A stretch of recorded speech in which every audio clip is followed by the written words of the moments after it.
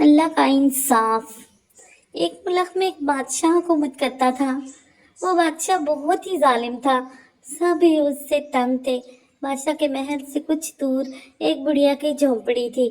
وہ بہت غریب اور بیمار تھی، اس کا کوئی کمانے والا بھی نہ تھا۔ آس پاس کے لوگ اس کی مدد کر دیتے اور کھانے کو بھی دے دیتے تھے۔ ایک دن آسمان کالے بادلوں سے بھرا ہوا تھا اور تیز ہوا چل رہی تھی۔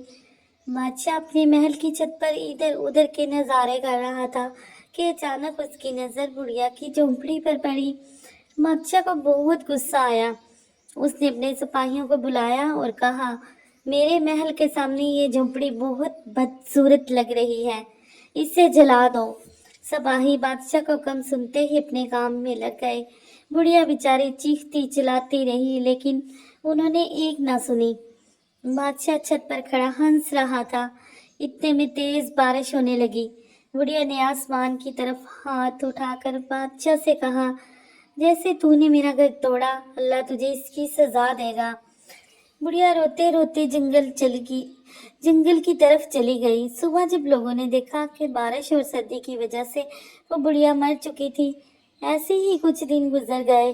ایک دن بادشاہ اپنے وزیر کے ساتھ محل میں بیٹھا ہوا تھا کہ ایک دم زور زور سے زلزلہ آنے لگا۔ بادشاہ اور وزیر دوڑ کر محل سے باہر آ گئے اور دیکھتے ہی دیکھتے پورا محل ٹوٹ گیا۔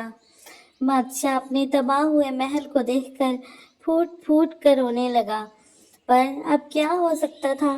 بادشاہ کو اپنی ظلم کی سزا مل گئی تھی۔